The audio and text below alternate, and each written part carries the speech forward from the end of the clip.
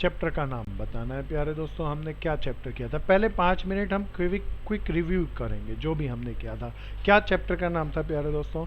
Nature and purpose of business. So प्यारे दोस्तों, इसके अंदर हमने सबसे पहले बात करी ह्यूमन एक्टिविटी की। ह्यूमन जो भी काम करता है उसकी सारे वर्क को एक्टिविटीज़ कहते हैं। That can be divided into two part. One is called economic activity, other is called non economic activity. Economic activity में क्या बेसिक था? कोई याद दिलाओ, इसके मीनिंग में क्या आता था? कोई earn money and to create wealth. कोई भी हम काम करें जिसका basic motive to earn money and create wealth हो, that is called economic activity. प्यारे दोस्तों, जब हमारा मोटिव प्रॉफिट अर्न करना ना हो, बल्कि सोशल वेलफेयर करना हो, हेल्प करना हो, साइकोलॉजिकल नीड को सेटिस्फाइड करना हो, then this is called economical activity. So हमने इसका डिफरेंस लिया था। इसका पहला मेन मीनिंग के अंदर लिखा था ऑब्जेक्टिव क्या? Earn money and create wealth. इसका not to earn the money, but ये किस लिए था भैया? Satisfied social, psychological and emotional needs को फुलफिल करने के लिए था। इसके एग्जाम्पल लिए थे, एक फादर घर में अपनी बेटी को पढ़ाए, नॉन इकोनॉमिक एक्टिविटी। वही फादर स्कूल में जाके बच्चों को पढ़ाए, इकोनॉमिक एक्टिविटी। एक हाउसवाइफ घर के अंदर फैमिली के लिए फूड कुक करे, नॉन इकोनॉमिक एक्टिविटी। रेस्टोरेंट में जाकर वो एज अ शेफ काम करे, then that is called economic activity. इसका पर्पस क्या होता है? Wealth creation. इसका पर्पस होता है नॉन इकोनॉमिक का साइकोलॉजिकल सेटिस्फेक्शन। इसमें बदले में मनी मिलती है, इसमें बदले में मनी नहीं मिलती, सेटिस्फेक्शन मिलती है। सो प्यारे दोस्तों, इसके बाद आए थे, हमने इकोनॉमिक एक्टिविटी को 3 फर्दर पार्ट में डिवाइड कर दिया था। पहला बिजनेस, दूसरा प्रोफेशन, तीसरा एम्प्लॉयमेंट। आज भी हम इसके अंदर डीपर भी चलेंगे। फिर नॉन इकोनॉमिक एक्टिविटी के अंदर हम 3 पार्ट्स फिर लेके आया था। पहले religious activity, parental activity and the third is called social activity. प्यारे दोस्तों, बिजनेस की एक बीमारी है, हम लास्ट क्लास में जो करते हैं अगली क्लास तक भूल जाते हैं। तो उसके लिए हमने कोशिश किया कि पिक्चर्स बना लें और पिक्चर आपके दिमाग में बार बार डालते रहें। तो हर क्लास में बस हम 5 मिनट ही रिवीजन के लिए करेंगे और धीरे धीरे दिमाग में बैठेगा। तो सब लोग ध्यान से चौकन्ने होकर सारी चीज़ों को क्योर करना। और आप जब रिवीजन चलें तो बोलें, आप जिस भी रूम में बैठे हो, जहाँ भी आप पढ़ रहे हो, वहाँ बोलें। बोलने से ये सारे पॉइंट रटने की जरूरत नहीं होगी, दिमाग में बैठ जाएंगे। प्यारे दोस्तों, इसके बाद हमने किया बिजनेस।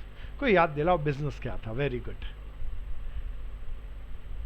कोशिश करो। Purchase, production and sale of goods and services. हाँ, बहुत बढ़िया। To earn profit and create wealth. हाँ, to earn the profit and create wealth is called business. और बिजनेस की डेफिनेशन हमने इसी को वर्ड्स में बनाकर लिखा था। Business is the process of purchase, production and sale of goods and services to earn the money and create the wealth. So प्यारे दोस्तों, आइए आगे चलते हैं। बिजनेस के बाद हमने करेक्टर पढ़े थे। करेक्टर में इकोनॉमिक एक्टिविटी था, परचेज था, प्रोडक्शन था, सेल करते हैं, रेगुलर बेसिस पे करते हैं।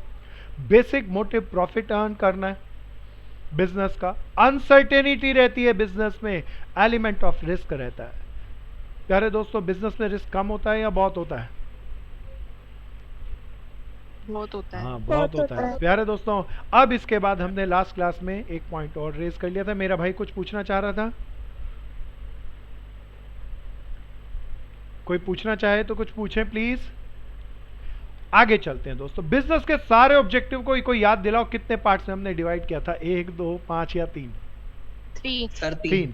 सबसे पहला पार्ट, मैं अभी स्लाइड नहीं लेके आ रहा, आप कोशिश करो मन से निकालो, जिसको भी लगे बोलो, चिंता नहीं करना गलत सही की। Economic objective, very good. Personal objective and social objective, 3 objective थे। इकोनॉमिक ऑब्जेक्टिव में 3 पढ़े थे। सबसे पहला क्या था भैया? सर्वाइव। दूसरा प्रॉफिट। तो पहले हम सर्वाइव के लिए काम करेंगे। जब सर्वाइव करने, अच्छा, सर्वाइवल में एक खास नाम आया था, कोई याद दिलाओ ना वो खास नाम। EEP. हाँ, full form, very good man. Break even point क्या होता है? कोई, हाँ, शाबाश शाबाश। ब्रेक इवन पॉइंट क्या होता है? When Total cost equals to total sale. हाँ, total cost is equal to total sale. तो ये एक ऐसा पॉइंट है जब हम सारे खर्चे अपने खुद करने लग जाते हैं और घर से लाने की जरूरत नहीं होगी, किसी से बोरिंग करने की जरूरत नहीं होगी, सर्वाइवल लेवल। देन प्रॉफिट आएगा। देन प्रॉफिट के बाद हम किसकी बात करेंगे? मार्केट शेयर ग्रोथ को मैक्सिमाइज करने के लिए। प्यारे दोस्तों, पहला हमने इकोनॉमिकल ऑब्जेक्टिव पढ़ा था, दूसरा पर्सनल ऑब्जेक्टिव के अंदर कोई भी आदमी काम करने के बाद सबसे पहली चीज क्या मांगेगा? Adequate salary. इसके लिए 3 वर्ड बड़े अच्छे थे, कोई याद दिलाओ ना। रोटी कपड़ा हाँ शाबाश मेरे दोस्त, फूड शेल्टर एंड क्लॉथ, रोटी कपड़ा मकान। रोटी कपड़ा मकान बेसिक नेसेसिटी है, वो पूरा करने के लिए पहले जंग लड़ेगा इंसान। जब तक रोटी कपड़ा मकान की जरूरत पूरी नहीं होगी अगला पे नहीं पहुंचेगा। दूसरा याद दिलाओ, फूड शेल्टर क्लोथ की सैलरी मिल जाए तो वो किसकी बात करेगा? गुड वर्किंग कंडीशन की। बोले आप मैं जहां काम करने जाऊं वहां मेरी कंडीशन अच्छी होनी चाहिए, हाइजीन इन्वायरमेंट होना चाहिए, बढ़िया लोग होने चाहिए। जब उसको एडिक्वेट सैलरी मिल जाएगी, गुड वर्किंग कंडीशन मिल जाएगी, तो तीसरा बता दो वो क्या कहेगा? कोई याद दिलाओ, तीसरा पॉइंट क्या था? रिकॉग्निशन। वो कहेगा जो भी मैं काम करूं लोग उसकी तारीफ करें, मैं जो भी अच्छा काम करूं लोग उसे बोलें। सो रिकॉग्नाइज करें, पर्सनैलिटी को रिकॉग्नाइज करें। फिर चौथा था पर्सनल ग्रोथ होनी चाहिए, उसकी खुद की डेवलपमेंट होनी चाहिए। इसमें कोई याद दिलाओ क्या क्या चीजें लेके आए थे हम? पर्सनल ग्रोथ में लर्निंग होनी चाहिए, डेवलपमेंट होनी चाहिए, सैलरी बढ़नी चाहिए। सो प्यारे दोस्तों ये पर्सनल ऑब्जेक्टिव। पर्सनल ऑब्जेक्टिव में पहली था एडिक्वेट सैलरी, दूसरा गुड वर्किंग कंडीशन, तीसरा रिकॉग्नाइजेशन, चौथा पर्सनल ग्रोथ। प्यारे दोस्तों सोशल ऑब्जेक्टिव में जो भी माल बेचे फेयर प्राइस पे बेचे, अनफेयर ट्रेड प्रैक्टिस में पार्टिसिपेट नहीं करें, एम्प्लॉयमेंट जनरेट करें, एम्प्लॉयज के वेलफेयर के लिए काम करें। हमारा बेसिक मोटिव सोसाइटी को सर्व करना होना चाहिए। These are called social objective. तीन ऑब्जेक्टिव। बड़ा क्वेश्चन आता है प्यारे दोस्तों, बिजनेस के ऑब्जेक्टिव क्या है? आगे चलते हैं।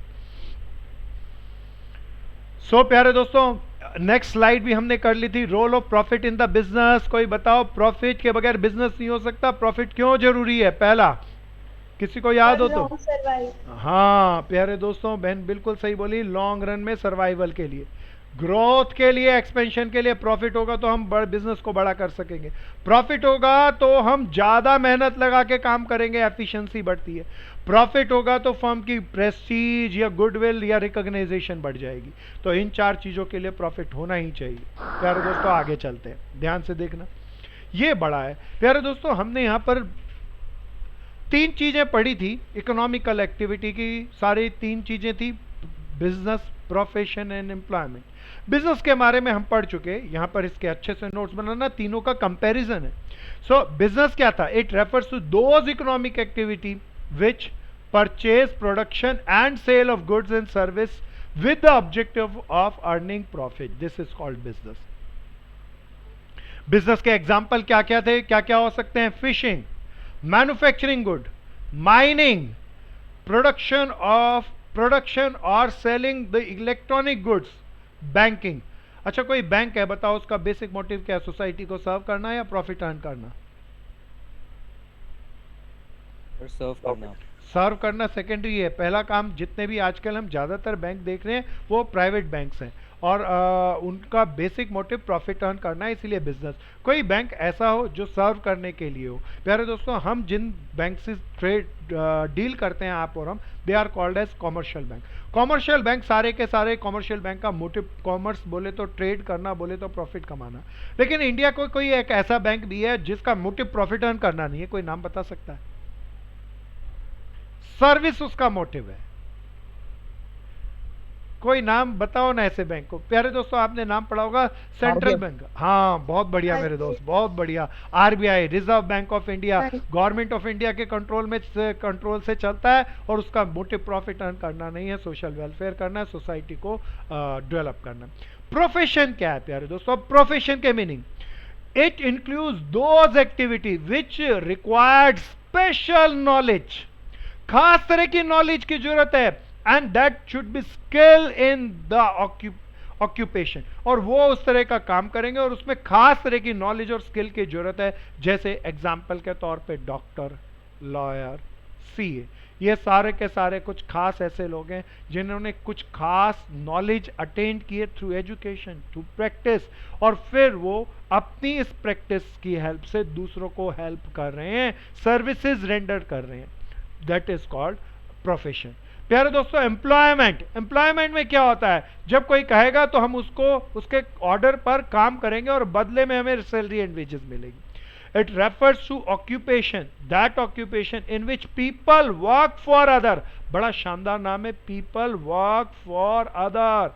जब हम दूसरों के लिए काम करते हैं and get the remuneration in return, that is called employment. Worker, employ, salesman, ये इसका एग्जाम्पल है। तो तीनों का एक दिख रहा होगा, बिजनेस, प्रोफेशन, एम्प्लॉयमेंट। मीनिंग क्या है, एग्जाम्पल क्या है। प्यारे दोस्तों, इसका ब्रॉडर सेंस में क्वेश्चन जो आता है उसमें एक बड़ा क्वेश्चन लगभग तय है, आप सबके पेपर में आएगा ही, business, profession and employment difference बताओ। 6 मार्क तक का क्वेश्चन आता है, तब खाली मीनिंग और एग्जाम्पल, ये दो बात तो हमें समझ में आती है कि मीनिंग लिखना है और एग्जाम्पल लिखना, लेकिन और भी बातें बनती हैं, वो लेकर आते हैं। कोई बिजनेस, प्रोफेशन और एम्प्लॉयमेंट के रिगार्ड में किसी को कोई प्रॉब्लम हो, कोई कंफ्यूजन हो, कोई अपना विचार रखना चाहता हो तो विचार रखो ना दोस्तों।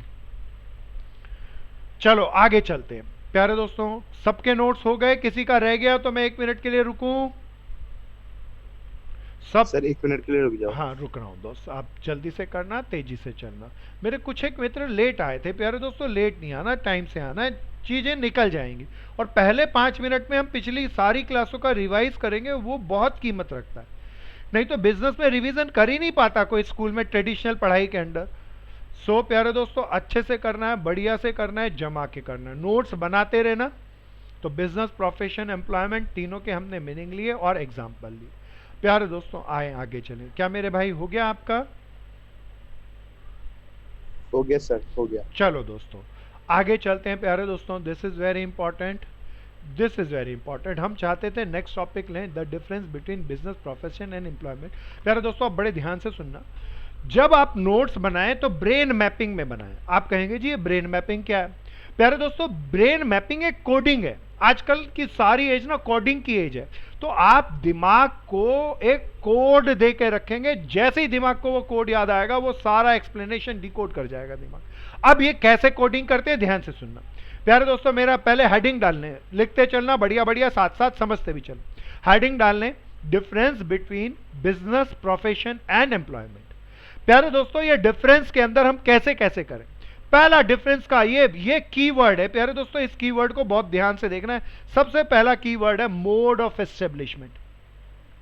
प्यारे दोस्तों, एस्टेब्लिशमेंट कैसे हो सकती है? एस्टेब्लिशमेंट करने के लिए अगर किसी को बिजनेस करना हो तो सरकार के पास जाकर म्युनिसिपल कॉर्पोरेशन में कुछ रजिस्ट्रेशन कराना पड़ेगा, सर्टिफिकेट लेने पड़ेंगे, तो कुछ legal formalities, some legal formalities को फॉलो अप करना पड़ेगा। कीवर्ड है बस, बाकी मत पढ़ना प्यारे दोस्तों, बाकी पेपर में बना के लिखना। This will be start after completing some legal formality. Business को स्टार्ट करना हो, आप करोल बाग में दुकान खोलना चाहते हो आप, तो आपको एमसीडी के पास जाना पड़ेगा, अपनी जगह का कन्वर्जन चार्जेस सबमिट करना पड़ेगा, कुछ लीगल फॉर्मेलिटीज होनी पड़ेगी। प्यारे दोस्तों, बिजनेस को स्टार्ट करना हो तो प्यारे दोस्तों कोई खास लीगल फॉर्मेलिटी की तो जरूरत नहीं है, लेकिन आप डॉक्टर हैं तो आप इंडियन मेडिकल एसोसिएशन के मेंबर होने चाहिए। आप सीए हैं तो institute of chartered accountant of India के मेंबर होने चाहिए। आप कॉस्ट अकाउंटेंट हैं तो institute of cost and management accountant of India के आप मेंबर होने चाहिए। तो प्रोफेशन में क्या होना चाहिए? आपकी मेंबरशिप होनी चाहिए किसी एक प्रोफेशनल बॉडी में, आप किसी प्रोफेशनल ऑर्गेनाइजेशन के मेंबर होने चाहिए, उनकी मेंबर लिस्ट में आपका रिकॉग्निशन में नाम होना चाहिए। सो प्यारे दोस्तों, एम्प्लॉयमेंट के लिए आप कहीं जॉब करना चाहते हो तो आपको कोई लीगल फॉर्मेलिटी की जरूरत नहीं है, किसी मेंबरशिप की जरूरत नहीं है, लेकिन आपको जॉब करने के लिए मालिक का अपॉइंटमेंट लेटर तो चाहिए। तो प्यारे दोस्तों, हालांकि मैं इस पहली स्लाइड से 2 पहले बता चुका था, मीनिंग एक, डिफरेंस एग्जाम्पल दूसरा, डिफरेंस तीसरा, डिफरेंस मोड ऑफ एस्टेब्लिशमेंट। इसमें कुछ लीगल फॉर्मेलिटीज होती हैं, इसमें मेंबरशिप चाहिए प्रोफेशनल बॉडी की, इसके अंदर अपॉइंटमेंट लेटर चाहिए। अब आगे चलते हैं प्यारे दोस्तों, नेचर ऑफ वर्क, काम क्या रहता है प्यारे दोस्तों। बिजनेस में कोई बता दो, अभी बिजनेस की बहुत डेफिनेशन पढ़ी, क्या काम रहता है? Purchase, production and sale of goods and services. क्या है प्यारे दोस्तों बिजनेस में, क्या रहता है? कोई बताओ दोबारा से। Purchase, production and sale of goods and services. प्यारे दोस्तों, प्रोफेशन में परचेज, प्रोडक्शन एंड सेल नहीं होता है, इसमें हम पर्सनलाइज, जिस चीज की क्वालिफिकेशन, क्वालिटी, नॉलेज हमें है, वो सर्विसेज रेंडर्ड करेंगे, तो पर्सनलाइज सर्विस रेंडर करेंगे। एम्प्लॉयमेंट में क्या काम करेंगे, जो भी मालिक वर्क अलॉट करेगा वही फुलफिल करेंगे, work allotted by the employer according to contract, जैसा जैसा हमारा कॉन्ट्रैक्ट बना है सैलरी का वर्किंग का, उसके अकॉर्डिंग मालिक जैसा जैसा हमें काम देगा वर्क अलॉटेड जो भी होगे वो परफॉर्म करेंगे। तो बिजनेस में क्या क्या काम होता है, purchase, production, sale of goods and services. Profession में रेंडर्ड करते हैं पर्सनलाइज सर्विसेज। एम्प्लॉयमेंट में हम अलॉटेड वर्क को पूरा करते हैं। अब तीसरा नेक्स्ट क्वालिफिकेशन। अब बिल्कुल ध्यान से सुनना, सबसे ज्यादा क्वालिफिकेशन कहां जरूरत होगी, कोई बताओ सबसे ज्यादा तीनों में? एम्प्लॉयमेंट में नहीं प्यारे दोस्त, डॉक्टर को सबसे ज्यादा प्रोफेशन में प्रोफेशनल क्वालिफिकेशन की जरूरत है। यहां हमें क्वालिफिकेशन की सबसे ज्यादा जरूरत है और वो भी प्रोफेशनल। प्यारे दोस्तों यहां क्वालिफिकेशन होनी चाहिए और ट्रेनिंग होनी चाहिए। जिस जॉब पे हम काम कर रहे हैं उस जॉब की रिट्रोस्पेक्टिव क्वालिफिकेशन और ट्रेनिंग होनी चाहिए। बिजनेस के लिए कोई मिनिमम क्वालिफिकेशन का पैटर्न है या नहीं है? नहीं है। हो कितनी भी, पर कोई लीस्ट क्वालिफिकेशन की रिक्वायरमेंट बिजनेस के लिए नहीं है। प्यारे दोस्तों दोबारा बताना, सबसे ज्यादा क्वालिफिकेशन की जरूरत किसके अंदर है? प्रोफेशन। उससे कम किस में है? एम्प्लॉयमेंट। सबसे कम किसके अंदर जरूरत है? बिजनेस। सो प्यारे दोस्तों आजकल तो ये 2 मार्क का 1 मार्क का एक क्वेश्चन भी आ जाता है, कहेगा बिजनेस, प्रोफेशन एंड एम्प्लॉयमेंट के अंदर डिफरेंस बताओ on the basis of qualification. तो हम तीनों का डिफरेंस बता सकेंगे। प्यारे दोस्तों आगे चलते हैं। Then the fourth is called capital investment. पैसा कितना लगेगा? अच्छा बताओ तीनों में सबसे ज्यादा पैसा किस में लगता है? बिजनेस में। उससे कम प्रोफेशन। प्रोफेशन के अंदर देखो भैया, बिजनेस में जमीन खरीदनी पड़ेगी, प्लांट लगाना पड़ेगा, हजारों लोगों को रखना पड़ेगा, बिजनेस में बहुत पैसा लगेगा। प्रोफेशन में तो बस एक ऑफिस चाहिए और कुछ नहीं, और एक क्लर्क चाहिए, एक हेल्पर चाहिए। प्रोफेशन में उससे कम। एम्प्लॉयमेंट में पैसा लगता है या लगता ही नहीं है? जॉब करने जाओ तो पैसा नहीं लगता। तो सबसे ज्यादा पैसा कब लगेगा? कैपिटल नीडेड इन बिजनेस में। उससे कम कितना लगेगा? Limited capital is required in profession, no capital is required in employment. की वर्डों के साथ बनाते चलना मेरे दोस्तों, बढ़िया से बनाना, अच्छे से साथ के साथ समझते भी चलना, और की वर्डों से। और पेपर में खाली कीवर्ड मत लिखाना, पेपर में फॉर्मेशन ऑफ सेंटेंस के साथ। प्यारे दोस्तों अब रिवॉर्ड या बदले में रिटर्न क्या मिलती है, कोई बताओ? बिजनेस में क्या मिलता है? प्रॉफिट। हाँ और प्रोफेशन में क्या मिलता है? Professional fees. एम्प्लॉयमेंट में क्या मिलता है बदले में? सैलरी। बड़ा बढ़िया डिफरेंस है प्यारे दोस्तों, wages and salary. So wonderful. बदले में क्या मिला ये हमने डिफाइन किया। अच्छा रिस्क, अब बड़े ध्यान से सुनना, एक एक करके बात करेंगे। रिस्क पहले बात करते हैं रिस्क की। सबसे ज्यादा रिस्क तीनों में से किस में होता है? बिजनेस में सबसे ज्यादा हाई रिस्क। उससे कम प्रोफेशन के अंदर भैया हमारे पास क्लाइंट नहीं आया तो कम सैलरी मिलेगी, कम आमदनी होगी, तो रिस्क तो है लेकिन लो है। लेकिन अगर हम किसी के यहाँ जॉब कर रहे हैं तो रिस्क नहीं है। हम तो बस काम कराए नहीं कराए सैलरी तो मिलेगी मिलेगी। प्यारे दोस्तों रिस्क। प्यारे दोस्तों एक और बोलता हूं, यहाँ पे दूसरा एक डिफरेंस और लेके आते हैं, कोड ऑफ कंडक्ट। क्या भैया क्या होता है? कोई पहले मतलब बताओ। कोड ऑफ कंडक्ट यहाँ पे लिखा नहीं, बस एक पॉइंट है, वो आप अपने से नीचे, इसके नीचे टेबल मेरे पास नहीं थी तो कोड ऑफ कंडक्ट का बस पॉइंट लिखा, अब उसको डेवलप करते हैं। कोई बता सकता है क्या होता है दोस्तों कोड ऑफ कंडक्ट? कोशिश करो। कार्य करने का तरीका सर, मतलब। सो हम वेरी गुड। और कोई कोशिश करो। Good good good. सब अपना कोशिश करो। हाँ नमन बोलो। सर कैसे करें उसको? हाँ कैसे करें? एक तरीका। हाँ एक तरीका। कोड ऑफ कंडक्ट क्या होता है? बड़े ध्यान से सुनना। List of action, what to do and what not to do, दोनों।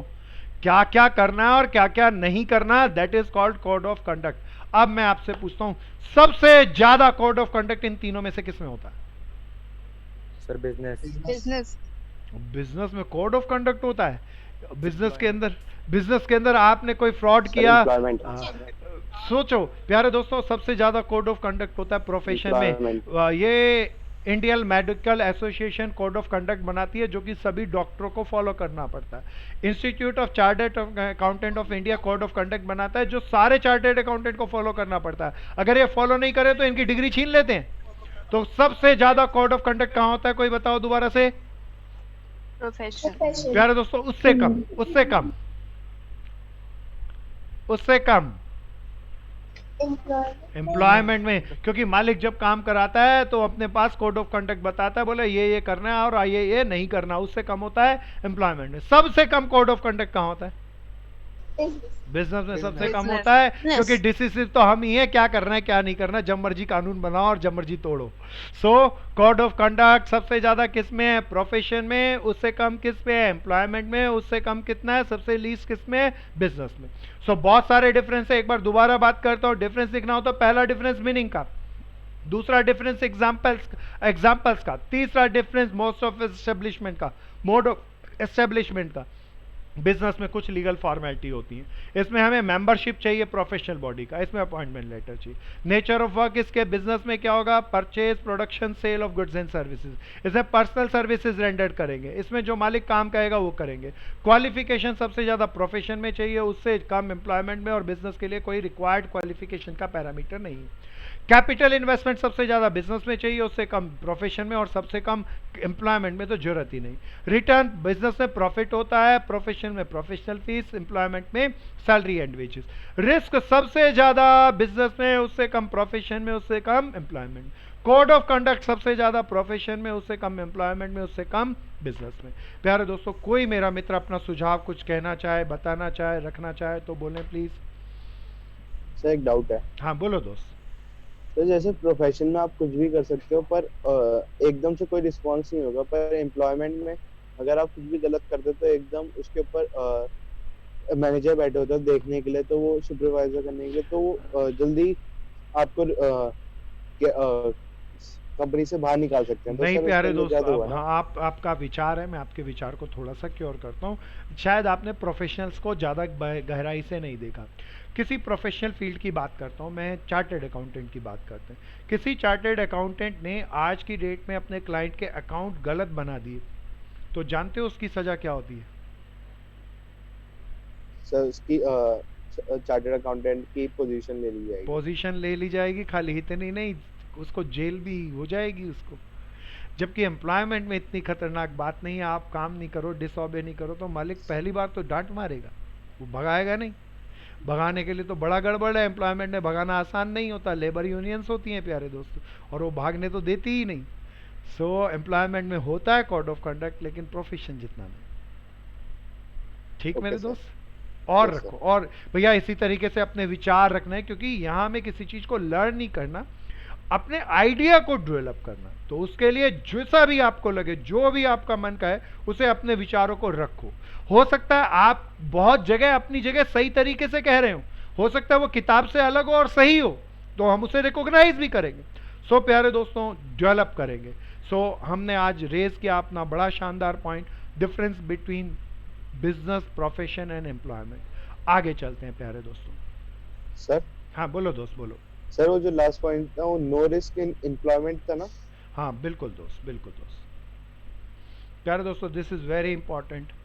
सारी बिजनेस एक्टिविटी, अब ध्यान से देखना भैया, बिजनेस को हमने, बिजनेस था भैया process of purchase, production and sale of goods and services to get the profit and attain the capital growth. प्यारे दोस्तों, अब ये बिजनेस में जितने भी काम आते हैं, बिजनेस को हम फर्दर दो पार्ट्स में डिवाइड कर सकते हैं। कोई याद दिलाओ, बिजनेस को कितने पार्ट्स में डिवाइड कर सकते हैं?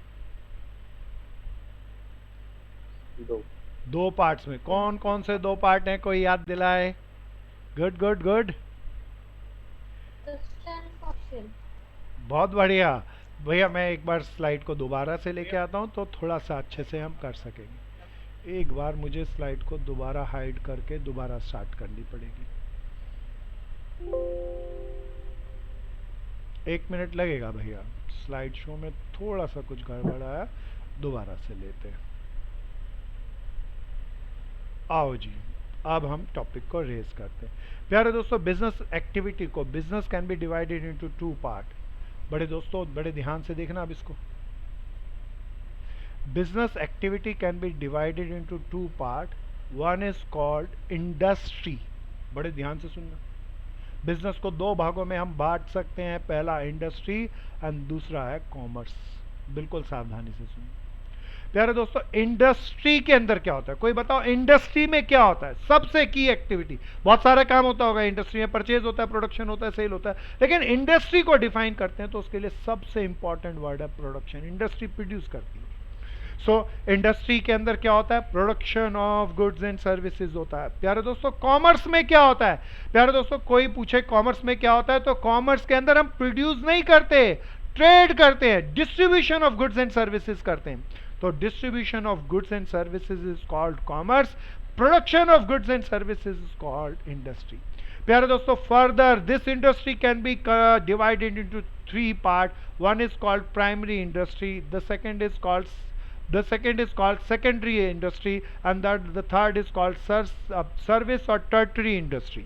भैया प्यारे दोस्तों दोबारा से आप सब बताओ, बोल के बताना इंडस्ट्री क्या होता है। बिजनेस को दो पार्ट में बांटा, पहला इंडस्ट्री क्या, Production of goods and हाँ, services. and प्यारे services. दोस्तों basic activity of industry is production of goods and services. Commerce क्या, Distribution of goods. Distribution of goods and distribution services. Of goods and services. अब मैं आपसे एक example लूंगा, आप मुझे बताना। सपोज करो हमारे एक गुप्ता मित्र अभी बैठा है, वो यहाँ पर उसने अपना एक प्लांट लगाया जहाँ पे वो सीमेंट बनाकर बेचता है। बताओ इंडस्ट्री या कॉमर्स? इंडस्ट्री। इंडस्ट्री, बिल्कुल गुप्ता सार्थक सही बोला। प्यारे दोस्तों फिर मेरी एक बहन कशिका अपने यहाँ पर एक शॉप खोली जिस पे बहुत सारा डिफरेंट टाइप का कॉस्मेटिक्स का सामान ये रखकर बेचती है। ये क्या है प्यारे दोस्तों? Commerce. कॉमर्स। प्यारे दोस्तों अब आते हैं और गहराई पे। इंडस्ट्री को तीन पार्ट में डिवाइड करा जा सकता है। One is called primary industry, the second is called secondary industry, and the third is called tertiary industry. प्यारे दोस्तों प्राइमरी इंडस्ट्री आपने बहुत पुरानी बात है, पहले से शायद पढ़ा होगा। प्राइमरी इंडस्ट्री क्या होती है? Based on agriculture activity. हाँ बिल्कुल मुस्कान, एग्रीकल्चर एक्टिविटी को प्राइमरी इंडस्ट्री कहते हैं, बट ये तो एग्जाम्पल है। जो नेचर से गुड्स अपना ले, सर्विसेज ले, नेचर से प्रोडक्शन को ले और यूज करें, then this is called primary industry. Secondary industry कोई बताओ? जैसे एग्जाम्पल इस बहन ने बताया एग्रीकल्चर, फार्मिंग। कोई और भी बता दो? फिशिंग। प्यारे दोस्तों वुड कटिंग, ये प्राइमरी इंडस्ट्री। प्यारे दोस्तों सेकेंडरी इंडस्ट्री क्या होती है, कोई बताओ? सर जो प्राइमरी इंडस्ट्री से रॉ प्रोडक्ट्स, रॉ मटेरियल ले उनको कन्वर्ट करते हैं। हाँ, जो प्राइमरी इंडस्ट्री से इनपुट ले और उनको फर्दर प्रोसेस करके देन कंज्यूमर को रेंडर्ड करे, बेचे। प्यारे दोस्तों that is called secondary industry. Primary industry का माल इनके लिए इनपुट होता है, फर्दर प्रोसेस करते हैं एंड देन बाजार में बेचते हैं। टर्टरी या सर्विस इंडस्ट्री क्या होती है? प्यारे दोस्तों ये इंडस्ट्री वो है जो इन दोनों को हेल्प करती है, सर्विस प्रोवाइड करती है। जैसे warehousing, road and transportation, communication, banking sector, warehousing, ये सारे क्या है? कोई बताओ। रोड एंड ट्रांसपोर्टेशन क्या प्राइमरी के लिए जरूरी है, सेकेंडरी के लिए, या दोनों के लिए जरूरी है? दोनों के लिए। दोनों के प्यारे लिए दोस्तों हेल्पिंग इंडस्ट्री है। हेल्पिंग इंडस्ट्री को क्या कहते हैं? सर्विस इंडस्ट्री या टर्टरी इंडस्ट्री। सो प्यारे दोस्तों industry can be divided into further three part: primary industry, secondary industry and tertiary industry. Similarly commerce can be divided into two part. The first is called trade. क्या भैया? First क्या है? Trade. Trade के अंदर हम क्या करते हैं? Already produce goods and services को लेकर आते हैं और उसे डिस्ट्रीब्यूट करते हैं कंज्यूमर को, दैट इज कॉल्ड ट्रेड। अब इस ट्रेड को हेल्प करने के लिए जो दूसरा होगा that is called aids to trade या auxiliary to trade, that is next part of commerce. One is called trade, then auxiliary to trade. Auxiliary to trade या aid to trade का मतलब क्या? जो ट्रेड को प्रमोट करने में help करेगा, that is called auxiliary to trade. Again जैसे यहाँ पे सर्विस इंडस्ट्री थी, वैसे ही ट्रेड के लिए सर्विस इंडस्ट्री को क्या कहते हैं? auxiliary to trade. कोई याद दिलाना एग्जाम्पल मैंने अभी बताए थे, यहाँ इंडस्ट्री में क्या क्या एग्जाम्पल थे? शाबाश दोस्तों। रोड एंड ट्रांसपोर्टेशन ट्रेड के लिए भी जरूरी है। और कोई याद दिलाओ? बहुत सारे बताए थे। Communication. Communication, very good. और शाबाश, एक और वेयर हाउसिंग। प्यारे दोस्तों कोई और? Sir banking. बैंकिंग, शाबाश भैया। सो प्यारे दोस्तों all business activity can be divided into two parts. One is industry, other is called commerce. Industry deals with goods and services. Commerce whereas deals with distribution of goods and services. Industry can be further divided into three parts. When one is called primary, the other is called secondary, and the third is called tertiary industry. Whereas the commerce can be divided into two parts. One is called trade, the other is called auxiliary to trade. प्यारे दोस्तों, अब paper में यह आए कि define करो industry क्या, commerce क्या, ये चार्ट जरूर बनाए. अब ये चार्ट ही काफी नहीं, कुछ खास होना चाहिए. प्यारे दोस्तों, कोई मुझे याद दिलाओ, इंडस्ट्री में क्या खास होता है? प्रोडक्शन. हाँ, कॉमर्स में क्या खास होता है?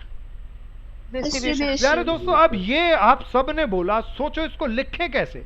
अब इसे कोई ट्रेडिशनल भाषा में 5 लाइनों में बनाकर लिख दे, लेकिन वो अच्छा नहीं. ये सबसे की चीज है, इसको हम कैसे प्रेजेंट करें. तो प्यारे दोस्तों आइए देखना, एक मैं चार्ट बनाया, दोबारा से देखो, ये चार्ट देखना, ये चार्ट देखना. प्यारे दोस्तों, चार्ट के अंदर देखो, मैं परचेज, प्रोडक्शन, सेल, ये बिजनेस के अंदर तीनों चीज होनी चाहिए. अब जिस बिजनेस में मेन एक्टिविटी प्रोडक्शन है, दैट इज कॉल्ड इंडस्ट्री. जिसके अंदर sale of goods and services main काम है, दैट इज कॉल्ड कॉमर्स. तो चार्ट बनाना, चार्ट अपने आप में, पिक्चर अपने आप में ज्यादा कुछ कहती है. इसीलिए जल्दी ही वो दिन दूर नहीं जब आपको पता है राइटिंग स्किल खत्म होने वाली है वर्ल्ड से. प्यारे दोस्तों, राइटिंग स्किल जल्दी ही खत्म हो जाएंगी. शायद आप सब लोग इस चीज को अपनी जनरेशन में देख सकें. लोग किसी गैजेट के सामने बैठेंगे और केवल बोलेंगे, वो टाइपिंग का काम अपने आप हो जाएगा. इसके ऊपर गूगल जैसी बड़ी मल्टीनेशनल कंपनीज ने बहुत काम कर लिया. अब ये धीरे धीरे वायबल होगा और स्टूडेंट तक भी जाएगा.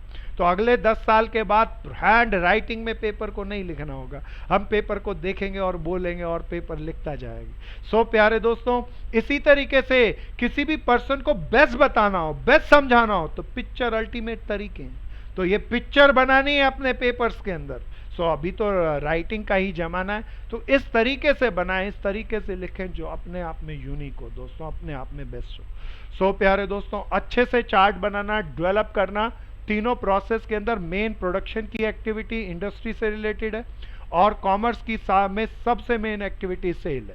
सो प्यारे दोस्तों, नोट्स बनाते रहना, अच्छे से चार्ट फॉर्म में ही बनाना. प्यारे दोस्तों, पेपर में 1 मार्कर आ जाए तो चार्ट काफी, 4 मार्कर आ जाए तो चार्ट के साथ सबकी 2-2 लाइनें लिख लेंगे. और क्या, आगे चलते हैं. क्या मैं आगे चलूं? क्या प्यारे दोस्तों सबका हो गया? गीतांजलि अच्छे से आ रहा है बहन? Yes sir. युक्ति अच्छे से आ रहा है? सोहम वर्मा अच्छे से आ रहा है भाई?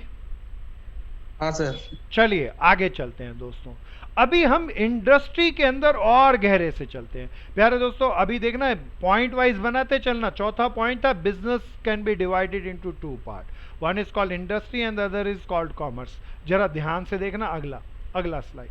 अभी हम इंडस्ट्री के 3 टाइप को पढ़ के आए, अब उनके टाइप को और गहराई से पढ़ेंगे और इसको ज्यादा ध्यान से समझेंगे. प्यारे दोस्तों, इंडस्ट्री के 3 टाइप को याद दिलाओ ना. अभी हमने पढ़े थे, पहली इंडस्ट्री प्राइमरी इंडस्ट्री, शाबाश दोस्तों. दूसरी सेकेंडरी, तीसरी अब टर्टरी इंडस्ट्री या हेल्पिंग इंडस्ट्री या सर्विस इंडस्ट्री. प्यारे दोस्तों, ये प्राइमरी इंडस्ट्री के भी कुछ और सब पार्ट होते हैं, सेकेंडरी इंडस्ट्री के भी सब पार्ट होते हैं. ये टेबल उनके सब पार्ट को भी डिफाइन करेगी. बहुत ध्यान से बनाना, अच्छे से बनाना. प्यारे दोस्तों, सबसे पहले हम चर्चा कर रहे हैं industry. Industry can be divided into 3 part. One is called primary, other is called secondary and the very third is called tertiary और सर्विस इंडस्ट्री.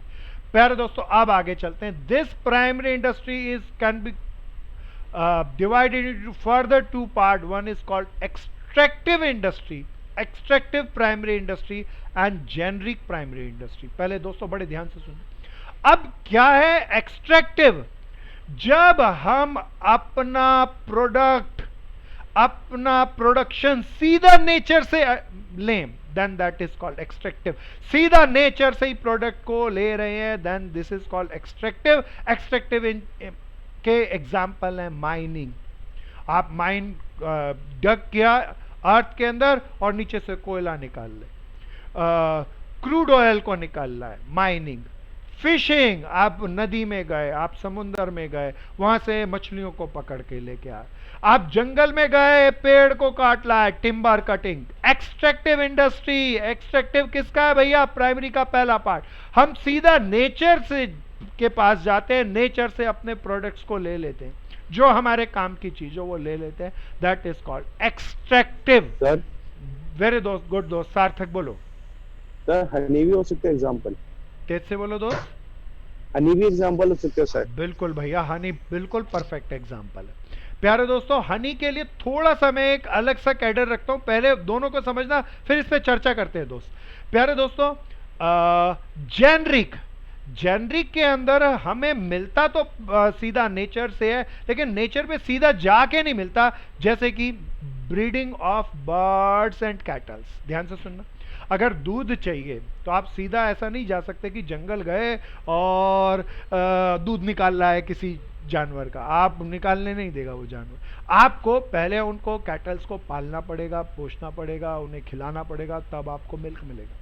तो जेनरिक के अंदर हमें कुछ एफर्ट्स करने पड़ेंगे एंड देन जाकर मिलेगा, that is called first example, breeding of kettles and birds. प्यारे दोस्तों, दूसरा डेयरी फार्मिंग। डेयरी फार्मिंग के अंदर आपको क्रॉप उगानी है, वीट लेना है, राइस लेना है। तो प्यारे दोस्तों, आपको सीधा वीट और राइस नहीं मिलेगा कि आप अर्थ के पास जाएं और सीधा काट के लें। प्यारे दोस्तों, बीज बोना पड़ेगा, मेहनत करनी पड़ेगी, पानी देना पड़ेगा, तब जाके हमें मिलेगा। डेयरी फार्मिंग, फार्मिंग और डेयरी फार्मिंग, दूध तब मिलेगा। प्यारे दोस्तों, इसी तरीके से पौधे उगाने हो, नर्सरी उगानी हो, तो नर्सरी के अंदर भी प्लांटेशन करनी पड़ेगी, तब जाकर मिलेगा। अच्छा, अब मेरे दोस्तों, मेरे एक मित्र ने बड़ा अच्छा पूछा था, मैं आप सबसे पूछना चाहता हूं, हमें हनी मिला तो क्या वो एक्सट्रैक्टिव है या जेनरिक है? बहुत बढ़िया क्वेश्चन है, 1 मार्कर की ऐसी केस स्टडी आती है। जेनरिक बहुत बढ़िया, कोई बताओ कारण क्यों जेनरिक? सर उसको सर प्रोसेस पहले किया हम जाता है उसको। करते प्यारे हैं, फिर दोस्तों, हम उससे लेते हैं। प्यारे दोस्तों, बड़े ध्यान से बीज सुनना। से निकाल- अच्छा, कोई कहना चाहेगा कि एक्सट्रैक्टिव है? हाँ सर, मैं कह रहा हूँ हाँ, शाबाश दोस्त। सोहन, क्यों? बिल्कुल सर, एक्सट्रैक्टिव। क्योंकि सर जो ये जो रूरल एरियाज में होते हैं सर, वो तो कहीं भी कोई छत्ता होता है उसके नीचे जाके आग लगा के निकाल लेते हैं। बिल्कुल मेरा भाई, ये सही बोला। नहीं, आग लगा के निकाला तो जेनरिक हो गई, मेहनत करनी पड़ गई। सो एक्सट्रैक्टिव मैं मानूंगा बिल्कुल। जंगल में पहले जर्नली हनी को हम कैसे करते हैं? जर्नली आजकल हनी फार्मिंग होती है। सो वहां पर हम बहुत सारे हनी बीज को इकट्ठा करते हैं, बॉक्सेस में रखते हैं, उनकी सेहत का ध्यान रखते हैं, और फिर उनसे हनी हम एज अ प्रोडक्ट लेते हैं, इसीलिए जेनरिक जनरली। लेकिन कहीं कहीं ऐसा होता है, सीधा जंगल में गए, छत्ता तोड़ा और उठा कर ले आए। सो प्यारे दोस्तों, वहां पर एक्सट्रैक्टिव। लेकिन इन जर्नल जंगल से कितना हनी मिलेगा? बहुत थोड़ा सा। इतनी बड़ी कॉमी सोसाइटी को हनी की डिमांड पूरा करना हो तो हम जेनरिक ही कह सकेंगे। सो मेजोरिटिकली वो जेनरिक है, इसलिए जेनरिक कहना पसंद करेंगे, लेकिन एक्सट्रैक्टिव भी है कहीं कहीं। गुड दोस्तों, आगे चलते हैं। तो प्राइमरी इंडस्ट्री कितने पार्ट्स में डिवाइड की जा सकती है? कोई बता दो। 2। पहला क्या था? हाँ, पहला क्या था? Extractive, extractive, and the second is called generic. Extractive में हम क्या करते हैं? सीधा नेचर पे जाते हैं और प्रोडक्ट को ले आते हैं, जो हमारे काम की चीज। जेनरिक के अंदर हम सीधा जाकर नहीं ला सकते, हमें कुछ हार्ड वर्क करना पड़ता है, कुछ वर्क करना पड़ता है, एंड देन हमें जाकर मिलता है, that is called generic. Examples दिया। प्यारे दोस्तों, अब आते हैं सेकेंडरी इंडस्ट्री पे। बहुत ध्यान से सुनना। कौन सी इंडस्ट्री पे? सेकेंडरी। पहले सेकेंडरी। प्राइमरी का मैं इस पे वापस पहुंचूंगा। सेकेंडरी के लिए प्राइमरी की एक चीज और देखना। प्राइमरी के मैंने एक शीट और बनाई।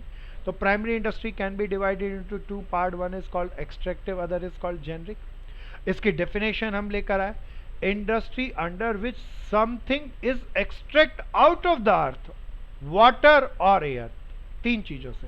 नेचर बोले तो 3 चीजों का कॉम्बिनेशन, अर्थ, वाटर और एयर से हम कुछ भी सीधा एक्सट्रैक्ट कर लें, that is called extractive industry. जैसे कि हम कोल, आयरन और गैसेस लेते हैं, उसका एग्जांपल लिख दिए। जेनरिक के अंदर industry under which the breed of animal and vegetables are improved and made more useful, this is called generic. So प्यारे दोस्तों, poultry farm, dairy farming, fish, cattle breeding, ये सब जेनरिक के अंदर आता है। प्यारे दोस्तों, वापस चलते हैं।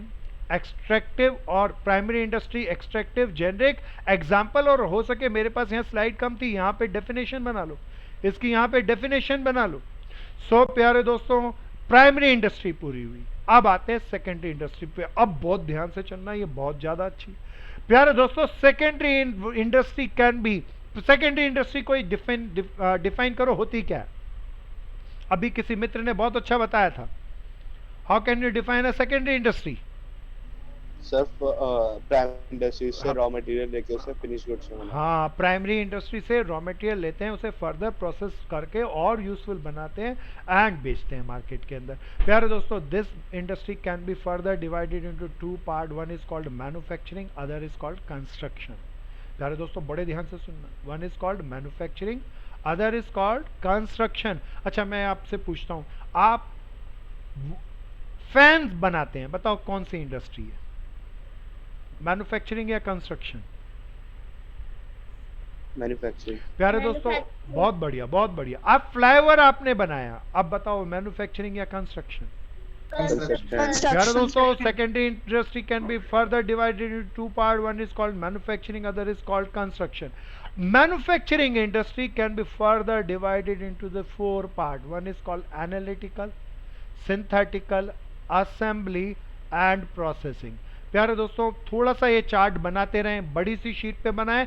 मैं ये मैन्युफैक्चरिंग की, यहाँ स्लाइड छोटी पड़ती है, एक फर्दर स्लाइड पे लेके जाऊंगा ताकि मैन्युफैक्चरिंग को 4 फर्दर पार्ट में हम कैसे बांटें और वो क्या हैं, ये पेपर में भर भर कर आते हैं दोस्तों।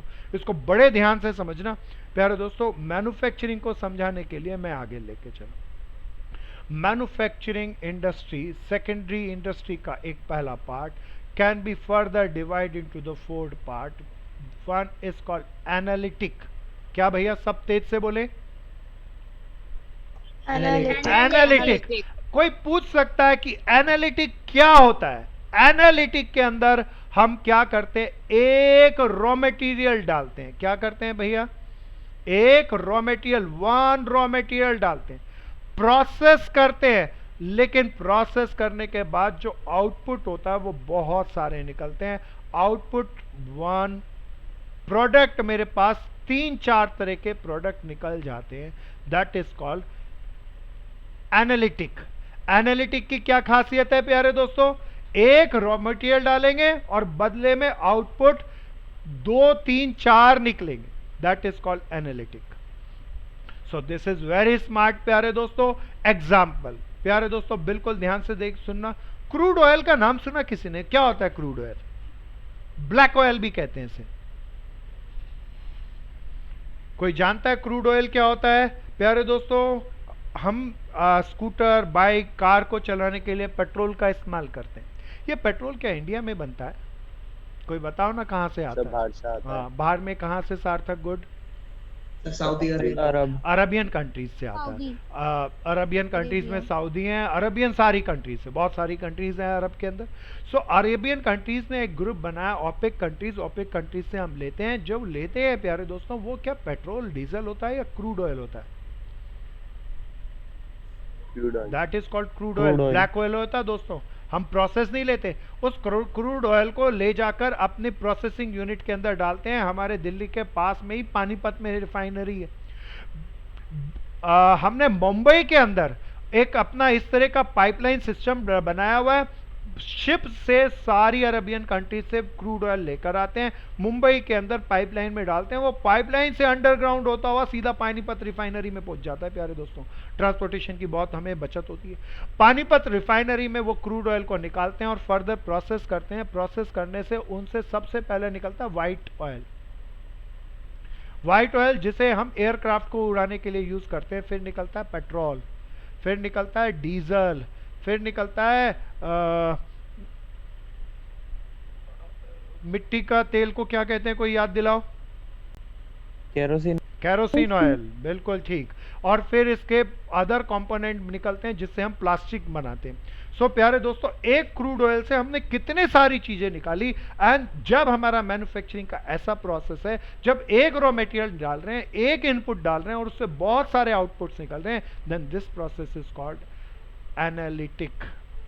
सो प्यारे दोस्तों, different things are manufactured out of one raw material. Example के नाम पे था petrol, diesel, gasoline out of one crude oil. So प्यारे दोस्तों, analytic. So process analytic manufacturing. प्यारे दोस्तों, एनालिटिक के बाद मैं इसके उल्टा, पहले प्रोसेसिंग की चर्चा नहीं कर रहा, सिंथेटिक की चर्चा करूं। सिंथेटिक में उल्टा होता है, यहां पर एक रॉ मटेरियल डालते हैं और बहुत सारे प्रोडक्ट निकलते हैं। प्यारे दोस्तों, यहां पे बहुत सारे रॉ मटेरियल डालते हैं, बहुत सारे रॉ मटेरियल डालने पड़ते हैं और फिर सारे रॉ मटेरियल को जाके मिक्स करना पड़ता है और तब मेरा फाइनल प्रोडक्ट निकलता है, and that is called synthetic. Synthetic का एग्जांपल लेते हैं पेंट। आपने घर में जरूर पेंट कराया होगा। वो पेंट बनने के लिए बहुत तरह के रॉ मटेरियल डलते हैं, ऑयल डलता है, कलर डलता है, कुछ और केमिकल चीजें डलती हैं, मटेरियल डलता है, एंड देन उन सबको मिक्स करके एक प्रोडक्ट बनता है, देन दिस कॉल्ड पेंट।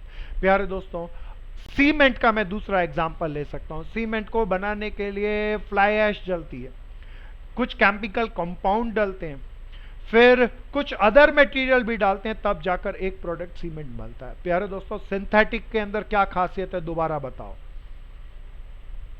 बहुत सारी चीजों को बहुत डाल सारे के रॉ मटेरियल मतलब डालते से हैं एक तो रॉ मटेरियल एक बनता है। एक फिनिश गुड्स बनता है बहन, एक प्रोडक्ट बनता है, एक रॉ मटेरियल बनता है, कहना ठीक नहीं, एक finish goods. So many raw material are mixed to produce a product. Example के तौर पे paint, cosmetic and cement. So ये चार्ट भी बनाना प्यारे दोस्तों, ये चार्ट बना गया ना, इसके अंदर ये वाला चार्ट बना गया ना। प्यारे दोस्तों, अब आते हैं प्रोसेसिंग पर। प्यारे दोस्तों, प्रोसेसिंग के अंदर क्या होगा, बड़े ध्यान से सुनना। प्रोसेसिंग के अंदर मैं प्रोसेसिंग के लिए एक एग्जांपल लेता हूं। आप शायद करोल बाग में ज्यादातर लोग रहते हैं, तो Karol Bagh is a big market. Asia में करोल बाग बहुत बड़ा बाजार है। कोई बता सकते हो किस एक खास प्रोडक्ट के ऊपर करोल बाग का बाजार ज्यादा चलता है? कोई खास प्रोडक्ट जिसका माल वो पूरे एशिया में बेचता हूं। Sir leather. Leather product Asia में नहीं दोस्त, लेदर प्रोडक्ट में तो आगरा पास में बहुत बड़ा बाजार है, दिल्ली से बड़ा बाजार है। लेदर के अलावा और सब ऑटोमोबाइल्स के ऑटोमोबाइल्स के नहीं दोस्त, ऑटोमोबाइल्स के लिए कपड़े। तो कपड़ों के लिए बिल्कुल सही। कपड़ों के अंदर भी कोई खास का निशान, जीन्स जीन्स पैंट्स के लिए प्यारे दोस्तों, बिल्कुल जीन्स ट्राउजर्स के लिए करोल बाग एक एशिया के अंदर स्पेसिफिकली टैंक रोड बहुत बड़ा बाजार है। क्या स्पेशल प्रोड्यूस करता है प्यारे दोस्तों हमारा एरिया? Jeans trouser. खासियत क्या है, ध्यान से सुनना। जो बड़े से बड़ी ब्रांडेड कंपनियां जो जीन्स का ट्राउजर 2000 से 6000 के अंदर प्रोड्यूस करती हैं, ये यहाँ के स्मॉल स्केल ट्रेडर्स उसी क्वालिटी की ट्राउजर्स को स्टिच कर देते हैं जस्ट 100 ऑफ रुपीस के अंदर, just some few 100 of rupees के अंदर, 300 400 500 में। इतना कॉस्ट इफेक्टिवनेस है, इसीलिए पूरी एशिया के लोग यहाँ पर आते हैं और सस्ते जीन्स को, अच्छी क्वालिटी जीन्स को लेकर जाते हैं। प्यारे दोस्तों, ये जीन्स प्रोड्यूस कैसे होती है, ये प्रोसेसिंग का एग्जांपल है। इसके अंदर हम सबसे पहले क्लॉथ डालते हैं प्रोसेस में। अच्छा, आपने कभी कोई जीन्स का स्टिच होने का कारखाना देखा हो तो पहला उसका डिपार्टमेंट होता है कटिंग। क्या होता है प्यारे दोस्तों? बड़े बड़े थान जीन्स के चले जाते हैं, कटर्स लगे होते हैं डिफरेंट टाइप के, लेयर्ड ऑफ क्लोथ्स होते हैं। वो कटर कोई बताओ एक जीन्स काटती है या 100 ऑफ जीन्स इकट्ठे काट देती है? हाँ, that is called cutting process. ये पहला प्रोसेस हुआ। अच्छा, कटिंग होने के बाद उसके बाद ये सारी जीन्स उसके बाद स्टिचिंग पे चली जाती है। किस पे चली जाती है? स्टिचिंग पे। दूसरा काम हो गया, अब बहुत सारे एक प्लांट में एक डिफरेंट यूनिट के अंदर कटिंग एक जगह हो रही है, फिर उसकी दूसरी यूनिट के अंदर स्टिचिंग हो रही है, दूसरे रूम में दूसरे हॉल में ले गए, वहां सब लोग अपने अपने पीसेस को लेकर आए, बहुत सारी मशीनें चल रही हैं, सारे लेबर अपने अपने क्लोथ्स को पकड़ के लेकर रॉ मटेरियल को स्टिच कर रहे हैं। That is called stitching. कोई बता सकता है उसके बाद क्या करते हैं? बहुत एक्सपीरियंस है। डिजाइनिंग को डिजाइनिंग नहीं कहते बहन, कहते हैं फिनिशिंग। क्या करते हैं? फिनिशिंग में आपने देखा होगा, मेरी बहन कहती है डिजाइनिंग, उसके अंदर कुछ खास डिजाइन बनाना हो, खास कटिंग करनी हो, कुछ धागे रह जाते हैं एक्स्ट्रा, वो कट करेंगे, प्रेसिंग करेंगे, बढ़िया सी पैकिंग करेंगे, दैट इज कॉल्ड फिनिशिंग। तो तीसरा प्रोसेस हो गया, and that's why this manufacturing is called processing. प्यारे दोस्तों, प्रोसेसिंग के अंदर रॉ मटेरियल सीधा फिनिश प्रोडक्ट में नहीं बनता, वो कई स्टेजेस से निकल कर बनता है। तो जस्ट लाइक जीन्स मैन्युफैक्चरिंग, पहली स्टेज कटिंग, दूसरी स्टेज स्टिचिंग, तीसरी stage finishing, and then a final jeans comes as final output. So प्यारे दोस्तों, दिस इज कॉल्ड प्रोसेसिंग। कोई दोबारा से याद दिलाओ, पहला क्या था प्यारे दोस्तों?